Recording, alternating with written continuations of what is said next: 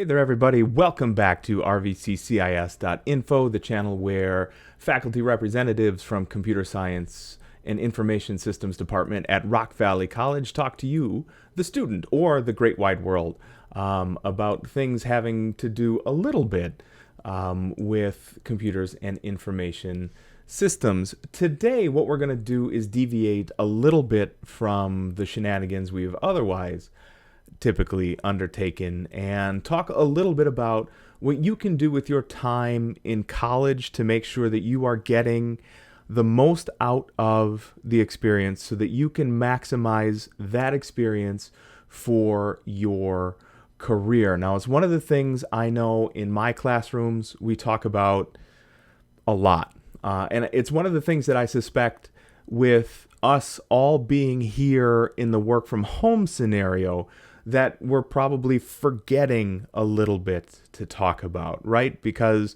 I know I'm a culprit of this, so I'm just going to implicate myself here. I spend less time talking about those things off topic than I do talking about the things on topic for, C++ or web design or any of those things because, I'm making a specific video for those. Whereas in the classroom, we have an opportunity to deviate from that, to explore other things, and one of those being your future careers. So today, what I wanted to do was talk a little bit about a tweet that is not it, but a tweet we have out there for all of you to see for I think it's the Chief Information Officer or the Director of IT for the city of Rockford. Now, I know the moment a lot of you saw that tweet come through, you were like, that's ridiculous because I'm here getting my degree and you want me to aim over here at the Director of IT for a city. And yeah, that's right. Actually, we do want you to aim for the Director of IT for a city. What I will tell you is that everybody who is in a position to actually successfully compete for that position started someplace the very same as you have. They started with a career in who knows what. There's going to be a whole bunch of different careers here. There's going to be certain people who can apply for that position who started in careers in management. There's going to be certain people who can apply successfully for that job who had a, strictly speaking, career in IT. And all of them started similarly to you by getting an equivalent degree, by starting a career someplace and working their way forward to that. So my suggestions here are going to be generic. I am going to suggest here in the beginning, just as that part of the story, that we're talking about things that are strictly speaking computer science-y, but really this would apply to anybody. I have right now a career in academia, so that means in a college. I did not start, with how to teach in a college or things like that. And most of my peers as professors don't have, just a single path from degree all the way through to teaching. They're weird, they're windy. I knew where I wanted to end up, but the steps along the way were varied and different, and some of them were useless and other ones were not. And that's going to be everybody's experience on the way through. I legitimately think that there's value in starting now, wherever you are, in your career arc, either at the beginning or the middle or the end, whatever the situation may be, to find what your end game is going to be, where it is that you want to end up. Someday, do you want to be the C-suite, the corner office someplace? Do you want to be in a municipality directing IT for a city? Do you want to be an entrepreneur? Whatever the case might be. Start now thinking about what those steps need to be to get you there. Now, when you're doing that, actually, and I really genuinely mean this, like hit pause, go think about it, write those things down, because this idea of your career is not something that happens by accident, or at least in my experience, it's not something that I did by accident. My wife can tell you I have terrible luck. So I didn't stumble into any of the positions I have had. I had to earn them. At least in some way, shape, or form, I had to earn them. I like to think so. So you probably are going to have a little bit of that same experience. So before you even get any place else, just think about what you think you're going to need to be able to get to whatever that end game is going to be. So after you've done that, now's the time to actually benchmark it, to go back and to look, still not pictured here online, to actually go back and look and see what the skills are required in reality, what skills are required of somebody who can compete for that position. So once you go ahead and get those, it's always my suggestion to you, because it's so easy for you to do. When you find a job posting, that far-flung job posting that you know one day you are going to be aiming for, print a copy as a PDF so that you can keep measuring your skills against that somewhere down the line in your career. So now that you've got that PDF copy, go back and see what you wrote first about what you thought that job was going to entail, and now compare it to what the actual job requires. They're probably not altogether dissimilar, but my guess is, as was my case and as is the case of the hundreds of students that I have helped work through career counseling, that there's a lot of either gaps or just outright fallacies in your depiction of what that career is going to look like and what the actual requirements of that career are going to look like. And that is perfectly okay.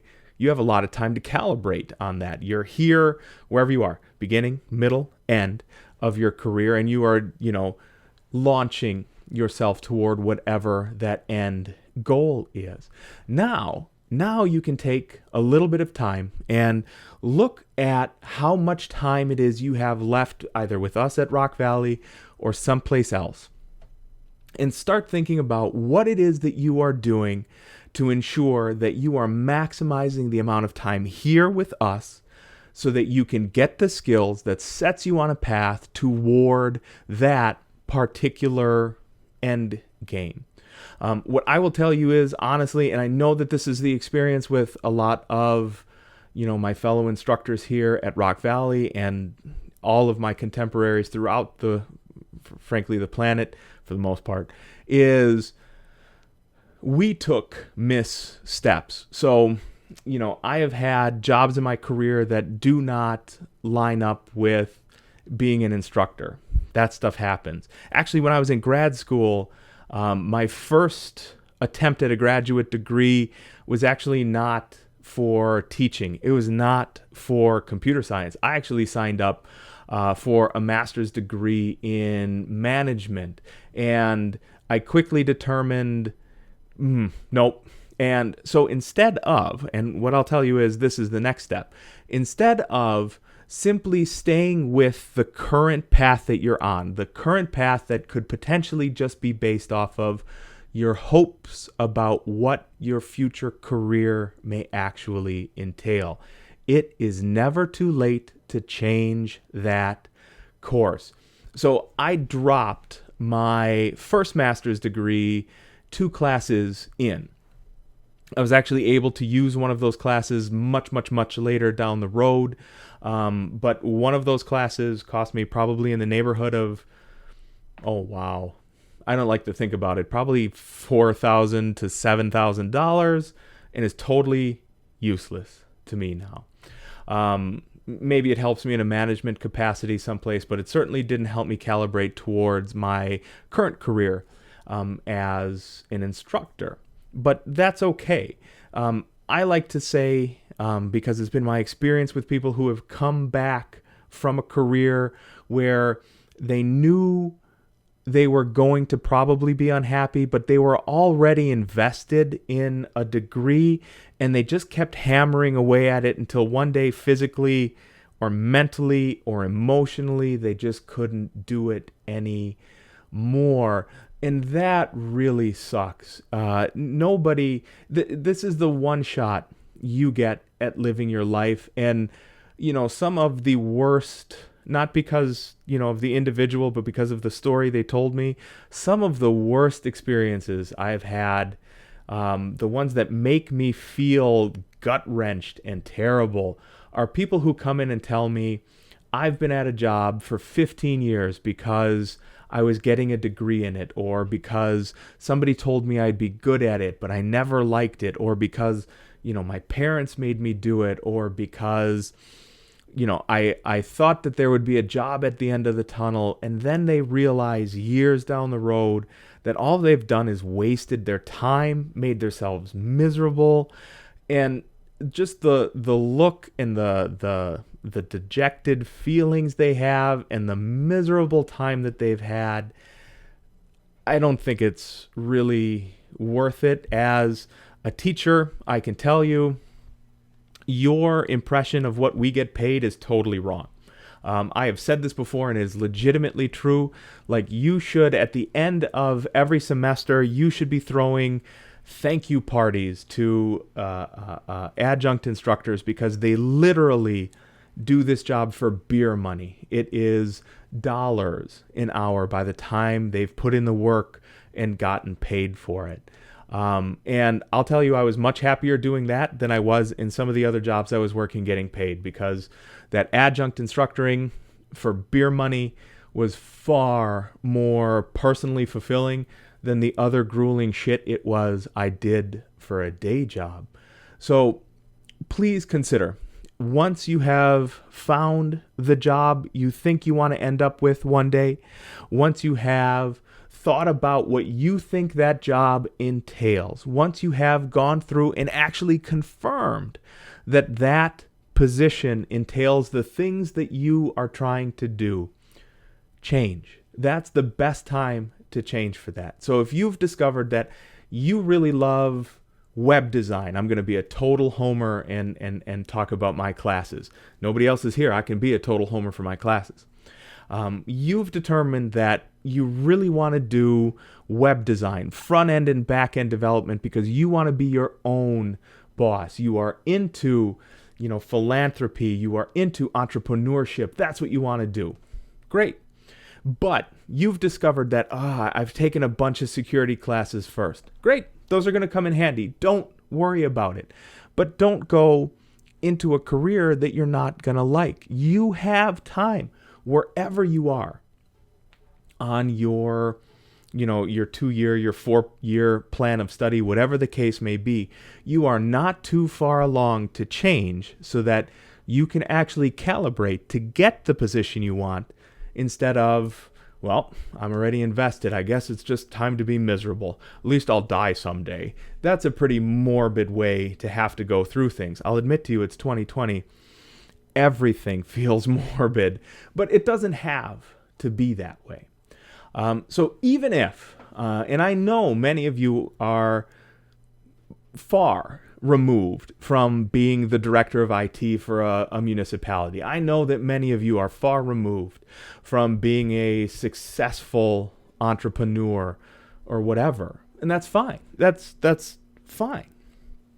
I may not be in the last career I'm going to have. At some point in time, after I'm useless to you as an instructor, they will be rid of me, and then I'll go sell used cars or something. And after that, when I'm useless to the working world, they'll grind me up for whatever vitamins and chemicals I'm still good for, and that'll be the last career that I get to have. It's pretty, 2020 is morbid. I guess that caused me to be morbid there too. But we all have to calibrate from where we are now to where it is that we want to end up. So even if it's not you, even if you are not going to today or tomorrow or in the next 5, 10, 15, 20 years, be able to apply for that particular position or whatever particular position it is that you want to end up in. Now is the perfect time to go find an example of that particular job, calibrate what you are doing to set yourself up to succeed in that job. If you are not on track to be successful in that job from wherever it is that you are in your academic career or your other career, right? Your working career. Now is the perfect time to be able to change that. So for you, please comment, subscribe below all of those good things. Please leave us a comment. Let us know about your crummy jobs. Let us know about your perfect jobs. Let us know about what you're doing to calibrate your careers in order to get to the perfect job. While you're down there, hit the little bell too. We have been a little inconsistent here about getting new content out. It's my fault. A little inconsistent in getting content out on a consistent schedule. We are returning to that, but do us both. Do you a favor, do me a favor. Hit that bell and subscribe so that when we get new content out to you back on our regularly scheduled interval, you won't miss anything. You can also follow us on our social media. We have just a host. It's a slurry. It's a tsunami of work, of job-related, of resume building, of all of those kinds of things. We have so much of that content coming out to you in the very near future here. So please be sure to also follow us on Twitter and Facebook at RVCCIS. Info, we can be found here on YouTube, RVCCIS. Info, we can be found right here on the web at rvccis.info. We are at anchor.fm at RVCCIS info. And from everybody else here at Rock Valley College's Computers and Information Systems, from everybody here in the greater Rock Valley College community, we always want you to stay safe and to stay sane out there, everybody. We'll catch you next time.